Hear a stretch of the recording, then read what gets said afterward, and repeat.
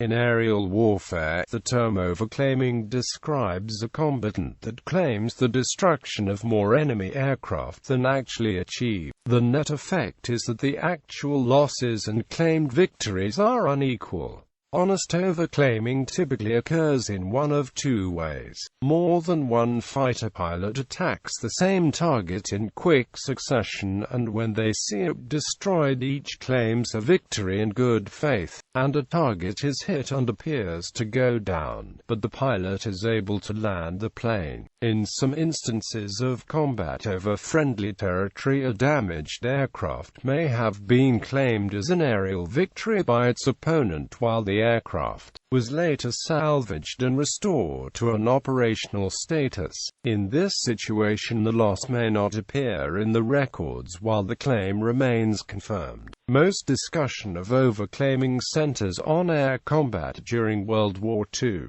because of the significant amount of air combat relative to conflicts before or since.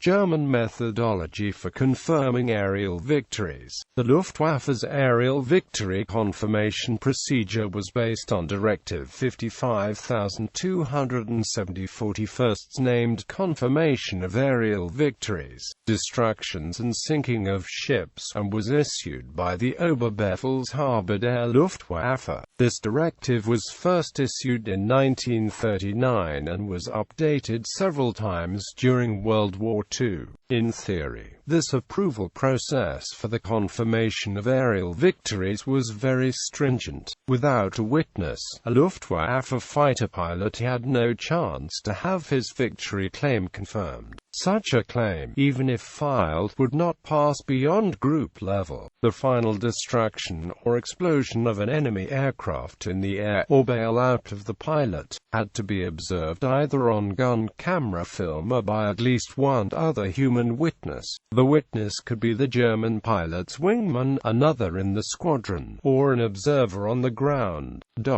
In practice, however, even in the early stages of the war, overclaiming by the Luftwaffe occurred. As the war entered its final, chaotic phase in 1945, many German asses' claims from late 1944 onward were left unvalidated due to the breakdown in administration within the Luftwaffe, and at times bore little relationship to reality. In the 1990s, the German archives made available microfilm rolls of wartime records, not seen since January 1945, available to the public. These showed that while in theory the Luftwaffe did not accept a kill without a witness, which was considered only a probable, in practice some units habitually submitted unwitnessed claims, and these sometimes made it through the verification process, particularly if they were made by pilots with already established records.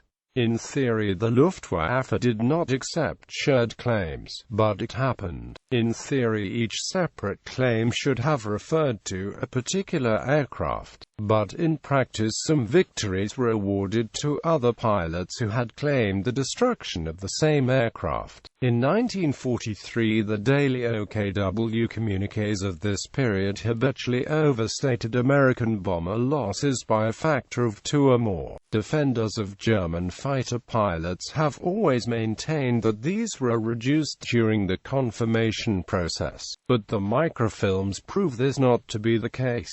Some 80 to 90% of the claims submitted were confirmed or found to be in order for confirmation up to the time the system broke down altogether in 1945. Examples of overclaiming.